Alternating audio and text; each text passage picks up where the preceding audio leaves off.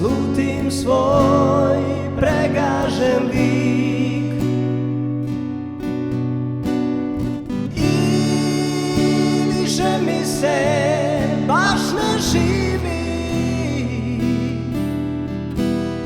O, ranjeni lav ispušta krik.